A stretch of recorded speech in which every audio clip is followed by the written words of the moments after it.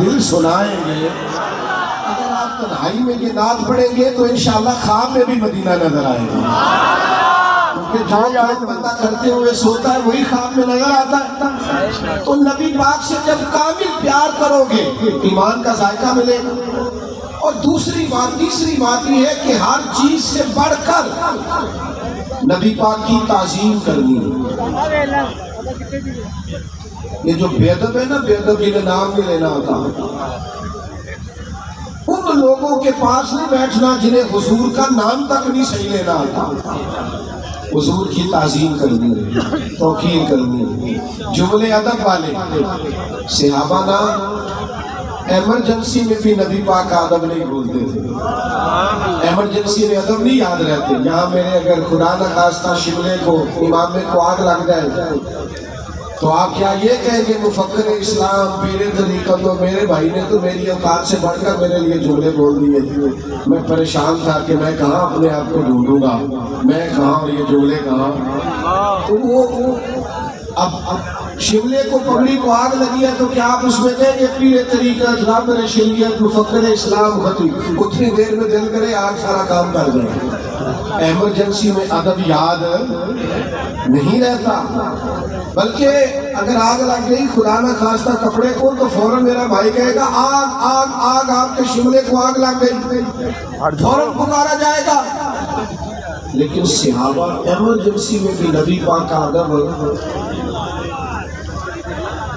حضرت ابوبکر صدیق کے مقدس پیر کو سانپ نے ڈس لیا ہے غار ثور میں، اور اتنا سخت اس نے ڈسا ہے کہ زہر پھیلا ہے اور آنکھوں سے آنسو نکل آئے.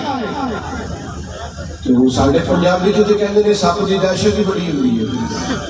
اب وہ سانپ نے ڈس لیا ہے جناب صدیق اکبر کے پیر کو. حضور نے فرمایا کیا ہوا؟ حضرت صدیق اکبر رضی اللہ تعالیٰ نے فوراً نہیں کہا سانپ سانپ سانپ، یہ نہیں کہا، بلکہ کیا عرض کرتے ہیں، کیا انداز ہے. سانپ نے ڈسا ہے، ذرا سوچنا سانپ یہاں چھپکلی آ جائے تو شاید بہت سارے لوگ اٹھ کے دوڑ پڑے. سانپ نے پیر پہ ڈس لیا. حضور نے فرمایا کیا ہوا؟ تو انداز کیا ہے گفتگو کا.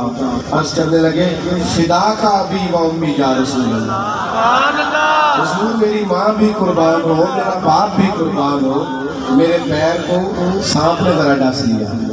اس زمانے اس ماحول میں بھی ادب بھولے نہیں، جذبات میں بھی کبھی آداب نہ بھولے. یہ جو ہمارا مذہبی اسٹیج ہوتا ہے نا، اس میں بھی بعض اوقات لوگ جذباتی باتیں کرتے ہیں میری طرح کے، تو بعد ایسی باتیں بھی کرتے ہیں جو اس ممبر کے منصب کے مطابق نہیں ہوتی. آپ کو یہاں بھی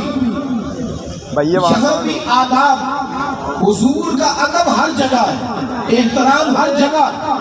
اور قرآن مجید کی ترتیب یہ ہے کہ لِتُؤْمِنُوا بِاللَّهِ وَرَسُولِهِ وَتُعَزِّرُوهُ وَتُوَقِّرُوهُ، اللہ پر ایمان لاؤ، اللہ کے رسول پر ایمان لاؤ، پھر نبی پاک کی تعظیم و توقیر کرو. وَتُسَبِّحُوهُ بُكْرَةً وَأَصِيلًا، پھر صبح و شام اللہ کی پاکیزگی بیان کرنا. نبی پاک علیہ السلام نے تشریف لے گئے ایک صلح کرانے کے لیے. حضور علیہ السلام نے فرمایا اگر میں دیر سے آیا تو جماعت کرا لینا. اب آپ صلح کی اہمیت کو بھی سمجھیں گے. صلح کرانی ضروری ہے، جماعت تھوڑی دیر بھی ہو جائے تو خیر ہے. دعا کرے صلح رہے سب، یا آمین تو کہتے ہیں. اللہ کرے فسادات ختم ہو اہل حق کے بیچ میں سے، آمین. تو حضور صلح کے لیے چلے گئے. اب سرکار کو آنے میں دیر ہو گئی تو صحابہ کو پتا تھا کہ حضور دیر سے آئے تو امام کس نے بننا ہے. ایک آمد ہوئی تو مصلی پہ جناب صدیق اکبر کھڑے ہوئے. معراج کی رات نا، معراج کی رات نبی پاک کا مقدس بازو تھام کے حضرت جبریل نے مصلی پہ کھڑا کیا تھا. کسی نے اعتراض نہیں کیا، سب کو پتا تھا یہ امام الانبیاء ہے.